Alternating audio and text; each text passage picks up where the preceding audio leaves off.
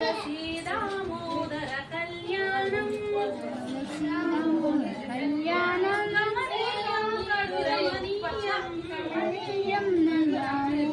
శ్రీహరివచ్చన దామోదరుడిగా శ్రీ మహాలక్ష్మి మారెను తులసిగా జరుగును ఇరువురి కళ్యాణం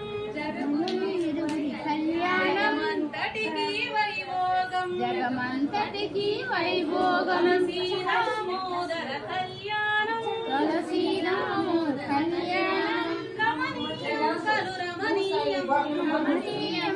రమణీయం పంచవెన్నెల ముగ్గులు వేసి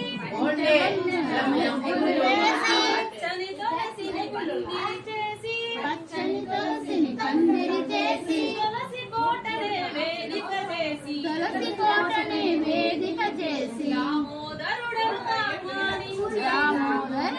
ఆహ్వానించి దామోదర కళ్యాణం